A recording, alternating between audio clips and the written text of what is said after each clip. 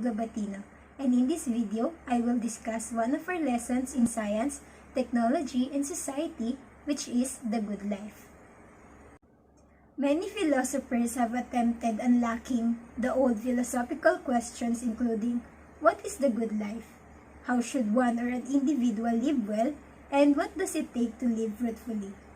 These questions will be answered as we learn and understand all about achieving the good life and what everyone strives throughout his or her life.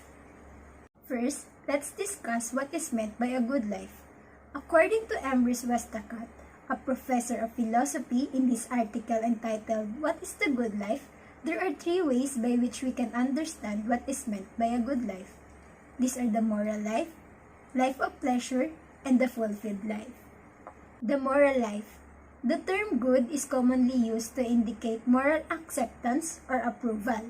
So when we say someone is living well or has a good life, we may simply indicate that they are a good person or a nice person who is courageous, honest, trustworthy, generous, helpful, and so on.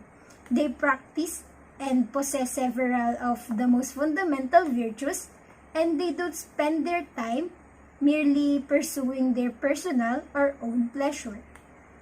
So, there have been many supports of this moral conception of the good life, wherein both Socrates and Plato prioritize being a moral or virtuous person over all other supposedly good things like pleasure, prosperity, and power. Next is the life of pleasure. Epicurus, an ancient Greek philosopher, was one of the first to state that what makes life worth living is the ability or that we can experience pleasure. The view that pleasure is the good or that pleasure is what makes life worth living is known as hedonism. So, this hedonistic conception of the good life is that it emphasizes subjective experiences. And according to this viewpoint, to call or to describe someone happy means that they feel good, and the happy or good life is the one that filled with feel-good experiences. The last one is the fulfilled life.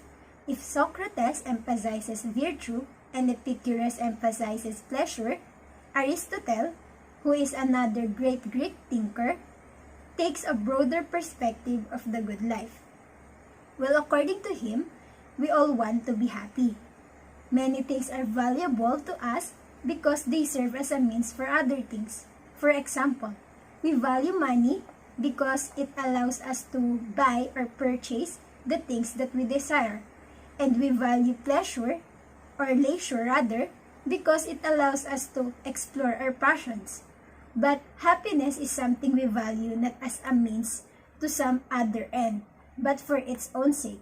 It has intrinsic value rather than instrumental value. So for Aristotle, a good life is a happy life. So what is the role of technology in achieving good life?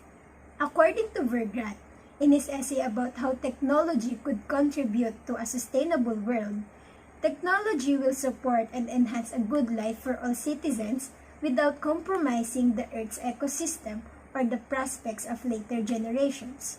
Also, he noted that technological innovation in the context of the good life and how it can be supported or threatened is it depends or depending on the way technological innovations are influenced and steered by human decisions and institutions. And that would be all for our discussion about the good life.